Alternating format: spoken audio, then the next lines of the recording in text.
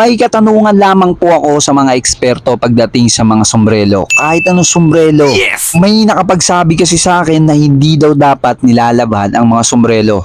Totoo po ba yun? Nilaban ko kasi itong sombrero ko eh. Kulay puti kasi to, ngayon ay kulay dilaw na. So kailangan ko na talaga itong laban. Ginamitan ko siya ng brush para matanggal talaga yung mga dumi niya.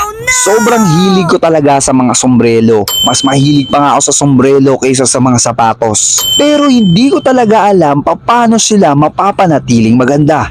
Huwag ka na lang kaya isuot. Sa mga kagaya kong napakahilig sa sombrero at may alam talaga pagdating sa pag-aalaga nito, tama ba yung ginawa ko? Tama ba na nilaban ko ang aking sombrero? Pa-comment naman po ng mga sagot nyo dyan mga tol, brad and sis.